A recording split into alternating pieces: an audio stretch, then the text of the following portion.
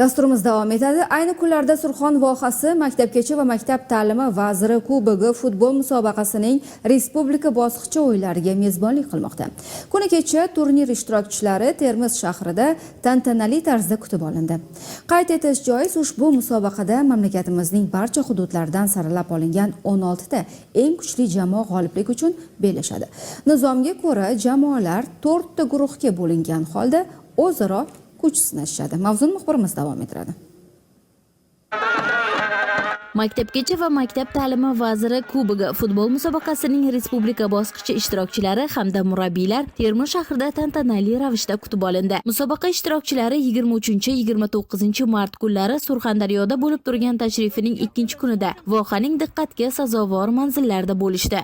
Al-Hakim at-Termiziy ziyoratgohi, Qirqiz qal'asi hamda Fayoztepa ziyoratgohlariga uyushtirilgan sayohatlar yoshlarda katta taassurotlar qoldirdi. Surxondaryo viloyatidagi asosan Qirqiz qal'asi, Termiz ota ziyoratgohiga bordik.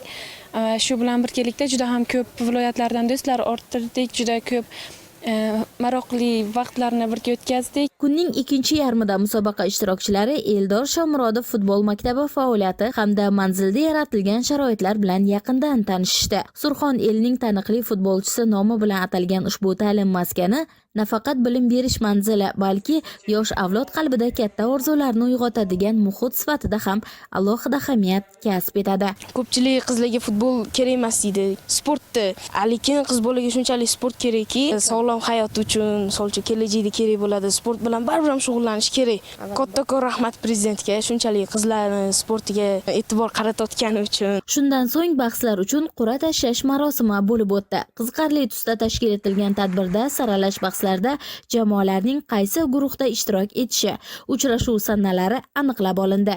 Oldinda esa ishtirokchilarni yarim final hamda final jarayonlari kutib turibdi. Muqaddas Panjiyeva, Xolmat Nematlayev, Surxondaryodan.